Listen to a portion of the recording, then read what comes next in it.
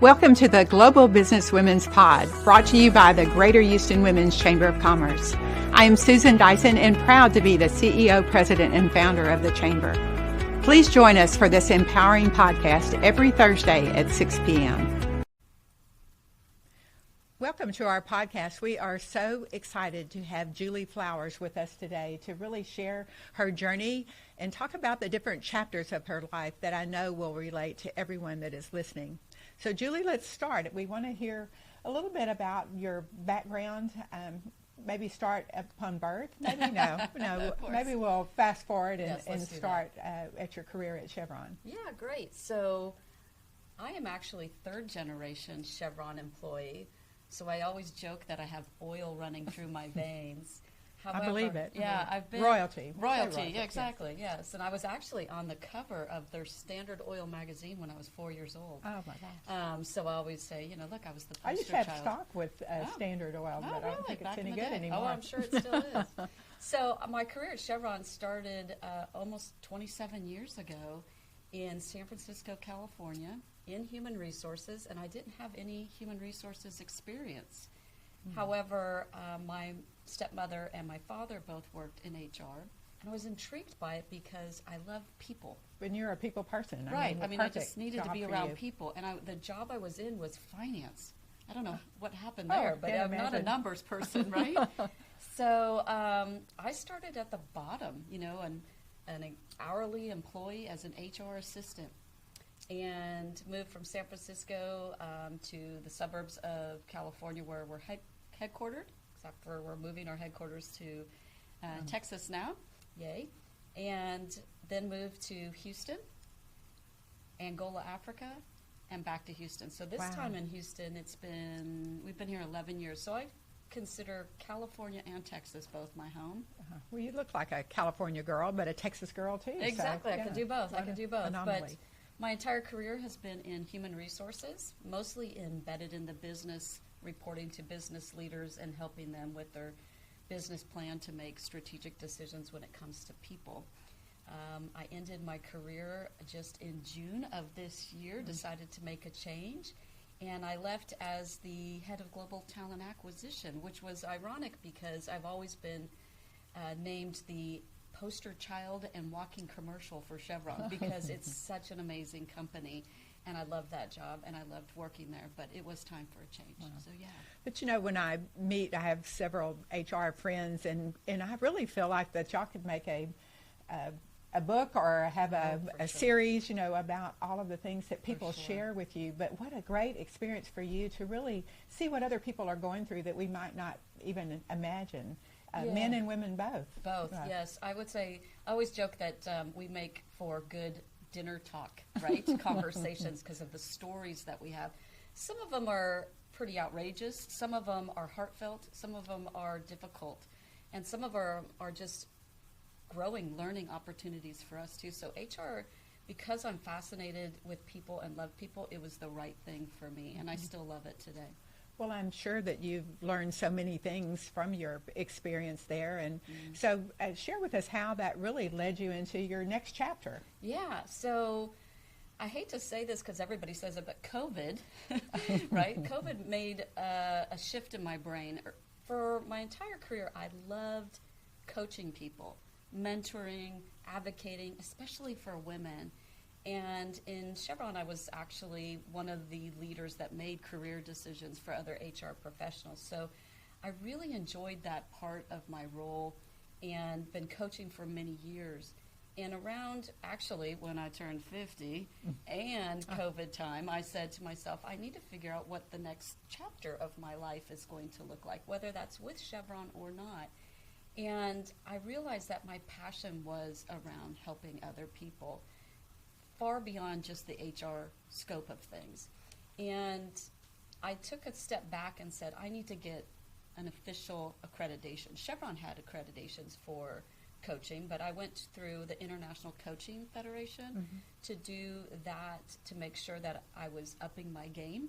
But coaching. I feel like you could have taught the class. I don't know about that. I loved it. It was literally the best class I've ever taken because it really taught you how to be curious, non-judgmental, and ask questions and not make it about your agenda, but about the person you're talking to. So it was a great thing, and I realized that was my joy and that was my passion.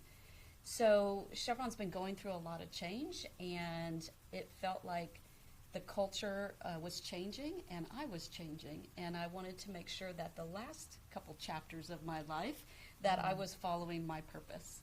And so I made a decision to go out on my own.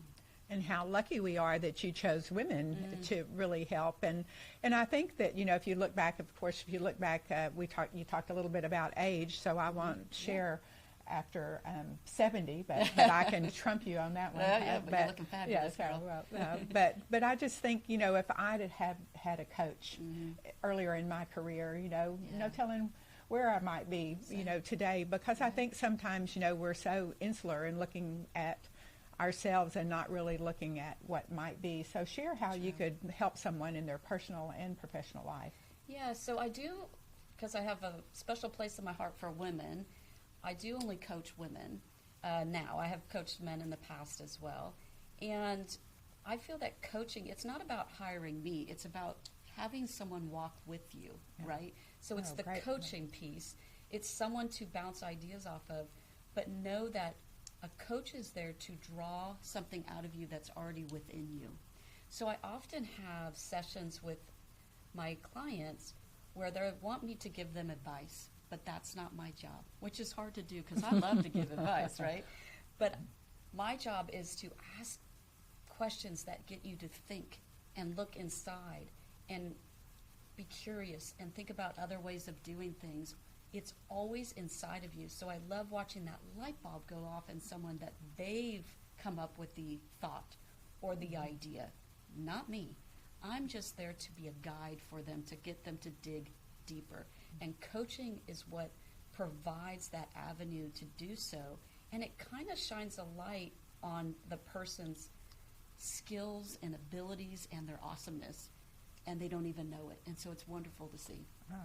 Well, and I know you already have many clients, and I know you have privacy that you're not going to share things, but if you can generically kind of share a story that would resonate, to all our viewers. Yeah. And me too. Yeah. So, gosh, there's so many, but I'll thought about one in particular, and I won't say names. So this client of mine was struggling. High ambition, driven, corporate woman, had her own company, working crazy, very successful, single mom, and which I have all the respect in the world for. I don't know how they do it. Thank you to all the single moms out there. And was struggling financially and feeling she was in a rut and needed to do something different. And so she came to me for really just to help with her resume at first. That happens a lot too. Just help me with my resume. And when you dig a little deeper, it's more than the resume. What is holding you back? We talked about, what do you really want out of life, professionally and personally? What is your superpower, your skill, your gifts, your passion that you bring to the table? And that's your worth and your value proposition. And we work on that first. I don't even look at the resume. Don't tell them that, ooh, it's on camera now, they know. But no, I mean, I look at it a little bit, but I really want to know what then makes them tick and what makes them them. And then we worked with this particular client to do that introspective work, and she found that she had a lot of gifts that she brought to the table, that she wasn't recognizing herself. And then we worked on, okay, what brings you joy? Like, what do you lose all track of time in doing? And that's usually a sign of what you should be doing. And then we talked about, are you doing that in your current company? And she said no. And so we worked then with her resume to find out what is the right position, role, company to look for and make sure we're not compromising anything. But before we do that, there's things that were holding her back, barriers, limiting beliefs, self-doubt maybe, right? And we talk about what are those things. Now, it's not comfortable work sometimes. You got to get uncomfortable with really be digging a little deeper, right? And we did that, and she recognized there was 2 or 3 things that she loved doing and she was missing out on in her career that then made her go in a direction that was successful but not fulfilling. And so she shifted her mindset. She shifted her resume a bit as well, and where she was targeting certain roles. And I'm happy to say, although it's new still, she hasn't landed the perfect job, she's more encouraged now because she's following what feels good and what feels joyful. I love that. And I know that's a scenario about someone that is really maybe earlier in their career, but I know you help women of all ages, and I really would like to hear a little bit more maybe about the person that had mandatory retirement at work, but she's not ready to go to the house or to the beach. You know, it's interesting you asked that question because I've run into many women lately in the latter part of their career, maybe mid to executive level, that either are ready or not ready for retirement, but for whatever reason are being driven in that direction. And the first thing I uncover is they don't feel valued. And they don't know how to articulate their worth, not financial worth. But is that some, though, the internal? A lot of times they're doing it to themselves? I think it's both. Right. And I'm starting to interview multiple women in this kind of bracket, if you will. And some of it is self-doubt, but some of it has been by circumstance in the company. And I don't know, I haven't put my finger on it yet, but there's something happening in a shift where how do we value the whole person and not stereotype women at a certain age, a certain part of their career. I'm sure it's been happening, forever. I think it's shifting in a different direction, and some women that are latter part of their career are feeling forced out. And so when I talk to those clients, we're talking about making sure they understand they are valuable and they are worthy. And the company does not define who they are. I personally let that happen to me at Chevron. Being there so long, being associated with the company for so long, I defined myself by the Fortune 10 company I worked for, the big title I had, and the very lucrative paycheck I had. And when it came to making a shift in my mind, I thought, why?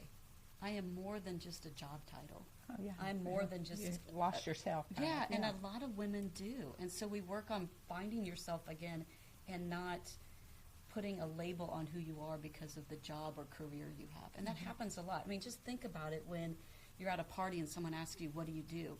And what if you're out of work? Yeah. You feel about this big, right? Why? Say, I'm living my best life. I'm retired, or I'm looking for another job, and I'm rocking it, right? That's what you should be saying, right? Oh, I love it. So I know you're very active with the Chamber, and cannot thank you enough for that. But how important is it when you're even working at Chevron, or you're now starting your own company and a star entrepreneur? How do organizations like the Chamber help someone? I am a walking commercial for you all as well. I lived in a Chevron bubble, corporate America bubble, for decades because I felt I didn't need any external help. I was doing just fine at the company I worked for. And it wasn't until I took the head of global talent acquisition role that I knew I needed to be more external facing. And a colleague of mine actually encouraged me to get out there and join memberships and get on LinkedIn and all of that. And so I did. And then I had one of my very dear friends, Susan Dre, who was one of your past board chairs, say, you need to be on this board. And I was like, I don't know. I owe you big, Susan. Yeah. I'm like, I don't know. And she's like, do it. And then I called you, and you were so inspiring. And ever since then, I realized the value that a network of women like the Chamber brings to not only you professionally, but personally. One, it helps you expand your connections. And I am not going to say the word network because I don't like the word network. Yeah. It's cultivating meaningful connections. Connections and relationships, and building a tribe, whatever that is, women, men, all of it, and really having supporters and advocates that help you along the way. I will tell you, this Chamber has brought me so much joy in the last 3 years. I can't even articulate it. But when I was mentioning to a few people, including yourself, what was going on with I'm making this transition, y'all came out of the woodwork to help. And that So speaks deserving. volumes of the chamber and the women associated with it, because something I also coach on and talk about is women need to help other women rather than compete. And I'm still seeing a lot of competition, but Are not you in really? the chamber. Yeah. Yeah, Because I really feel like every time I hear the saying, that women don't support each other, there's so many that do, and there's always going to be a man or somebody that you don't have the personality traits that really meld. But I think that it's important, to keep that message up, and you do a great job of that. Yeah, to and where, I wouldn't say that we don't. I said, for me, it's still happening in pockets. And it's also still happening with girls, teenage girls, college girls, young career women. And how do we stop the cycle of the pockets and where it's happening? It takes networks and chambers and associations like this to show how wonderful it is to come together. And be vulnerable, too. And be vulnerable about it. And I would encourage any professional woman, whether you're an entrepreneur in the corporate or medical, whatever you're doing, to find your people. Find your people it could be the chamber, it could be another organization, but that tribe of women or men or both are going to help catapult your success and you into growth. So true. And I love your background of being a global HR professional. And now looking at Houston, it's supposed to be the next international city, and we now have chapters in Mexico and in London. I think that would be a great opportunity too for someone here to help a woman that is looking at moving here or doing business here, too, as well, to have coaching, because it is a different way of doing business here. Absolutely. And one of my clients is in Angola. Now I have ties there, so that helps, right? Some of the folks helping me with my business, one's in Nigeria, one's in India, and one's in Italy. So I'm a global company, is what I say. Already. But it's about being inclusive, and it's about diversity of thought. And the more that you can help people that are different or the same. Yeah, is we tremendous. have the same desires, but a different way of getting there. Yeah, just a different way of getting there. And Yeah. actually, I learn just as much from my clients as they do from me. And that's what I am not any better than my clients. We're working it together, and we both generally have aha moments together. Yeah. And speaking of aha moments, we'd love to hear a little bit more about maybe what you'd have done different, or maybe what you may be doing different now. What are some of the things? So I don't know if there's anything I would do different yet. And let me say, because I've just started, right? And I slowly brought my company together in January. And I started to take a class called Women Rocking Business, which is amazing, by Sage Levine. And I knew it from the beginning, since I'm not an entrepreneur by background. You are. I didn't. Yes. I'm like, what do I do, right? Yeah. And I've always had a big corporate engine behind me. Yeah, right? you turn around and yeah, it's they're me. not there. who's getting my calendar? Who's doing this? Whatever. And can you help me? Nope, there's no one else. It's just me. But taking a class or classes or going to webinars that never think you know it all. You never exactly perfect way to say it. Never think you know it all, because you don't. And so I'm learning as I go. I'm learning from other women entrepreneurs through the chamber and through other associations and through classes that I'm taking. And I just keep soaking up the information, reading books, listening to podcasts, and know that it's a journey, not a marathon, right? And or a sprint, excuse me. And I'm just making sure I take it one step at a time. The hardest part for me is I'm a 90 miles an hour kind of gal, and I've got to slow it down. And I've got to be I want to see that. Yeah, I've got to be purposeful about each step I take, and not think it's all going to happen overnight, because it's not. But look what has happened. Happened overnight. Very blessed, yes. But speaking of all of the books and all of the resources that we have out there, share with us some of them that you really do think has helped you in your journey. There are so many, and I am a nerd when it comes to reading development books or podcasts. All the books in my library at home or by my bedside Do you like books are better about that. or podcasts better, depending I on? like both. I love, I'm a audible and a kinesthetic learner. So I have to hear it and feel it. So I will listen to the author and hold the book. Because I want to highlight, annotate. I got all the colorful sticky Post-it notes and highlighters and everything, and taking notes. That helps me learn and comprehend. So I have a plethora of it all. But over the years, I mean, most people know I'm a huge fan of Brene Brown because of the vulnerability and the real talk and really getting, not putting up an armor and so forth. I love Glennon. And I do want to put this out in space, is Yes, that put it on space. that Brene, if you're listening, we should Julie be at that. wants to interview you Yes. at a chamber conference, and Yes. so we're putting that out there. So Yes. in 2025, we want that to happen. Yes, So, and our sons went to Strake Jesuit together, so there's that. yeah, that commonality there. Yes. That So Brene's phenomenal. Glennon Doyle, I speak about her sometimes in my talks about just owning your inner cheetah, right? For me, it's about really being who you are and not apologizing for it. I also like, and I quote Frances Fry, the book Unleashed. I loved her comment about being the ambassador of someone else's awesomeness. Adam Grant, Simon Sinek. I mean, I can go on and on.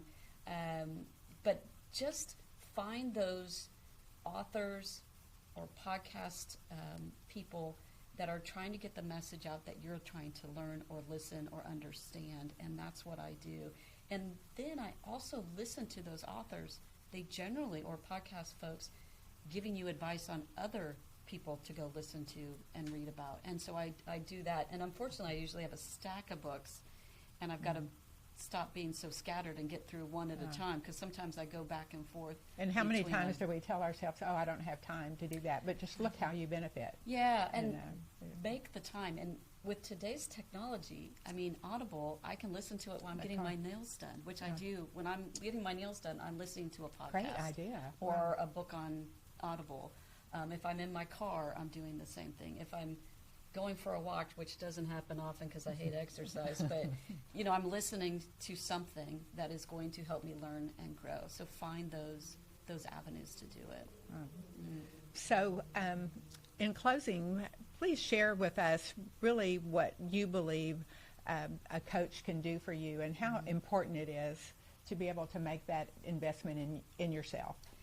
Yeah, and I think it's coaching is so important because we, especially women, have so much negative self-talk.